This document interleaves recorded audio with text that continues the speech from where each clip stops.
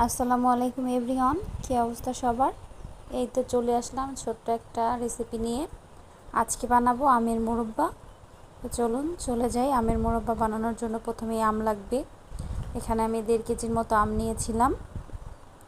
তারপরে আমগুলো সুন্দরভাবে ধুয়ে কেটে একটা কাঁটা চামচের সাহায্যে সুন্দরভাবে এভাবে পেয়ে নিচ্ছিলাম। এটা খুব সুন্দরভাবে করতে হবে, আর যত বেশি এটাকে কাঁটা চামচ দিয়ে থেতলাবেন তত বেশি এটার ভিতরে চিনিটা ঢুকবে।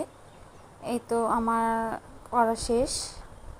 এরপরে এই আমগুলো আমি যেহেতু বড় সাইজের ছিল, আমি একটু ছোট করে পিস করে নিয়েছি, যাতে তাড়াতাড়ি শিরার ভিতরে দিলে আমটা সিদ্ধ হয়ে যায়। ছোট আম নিলে বেশি ভালো হয়, দেখতেও সুন্দর লাগে। এরপরে সব আমগুলো আমি একটা বাটিতে পানি নিয়ে, লবণ পানি নিয়ে সেখানে সারা রাত ভিজিয়ে রাখবো। এটা চুন দিয়েও করা যায়, আমার কাছে চুন ছিল না, এ কারণে আমি লবণ দিয়েই করলাম। তো আমি এখানে লবণ পানির ভিতরে সারা রাতের জন্য আমটা ভিজিয়ে রাখবো।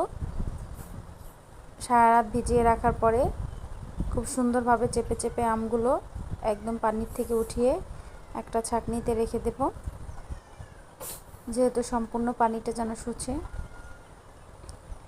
এরপরে এখানে আমি 1 কেজির মতো চিনি নিয়েছি, আর চিনির সাথে আমি দিয়ে দিলাম ভিনেগার। আর ভিনেগারে দেওয়ার কারণে এই মোরব্বাটা ভালো থাকবে, ফাঙ্গাস পড়বে না। ভিনেগারের সাথে এখানে আমি একটু পানিও অ্যাড করে দিয়েছি একটু শিরা বানানোর জন্য, যেহেতু এটা কাঁচা আম, সিদ্ধ হতে একটু সময় লাগবে। তো পানি আর চিনি অ্যাড করে আমি এটাকে এখন শিরা করে নেব জাল করে। এখানে দিয়ে দিলাম লবণ। যখন এমন ফেনা উঠবে, শিরার আঁশালো হয়ে যাবে, তখন আমি এখানে একটা দারচিনি দিয়ে দিলাম। এরপরে সব আমগুলো দিয়ে দেব। এটা খুবই আস্তে নরম হাতে করতে হবে, অল্প জালে, বেশি একসাথে নাড়াচাড়া করা যাবে না, তাহলে ভেঙে যাবে। তো একটু সময় নিয়ে করতে হবে। এই তো আমার মোরব্বা রেডি। এখন আমের সিজন, সবাই সুন্দরভাবে বাসায় বসে আমের মোরব্বা বানিয়ে খাবেন। আল্লাহ হাফেজ, সবাই ভালো থাকবেন, সুস্থ থাকবেন।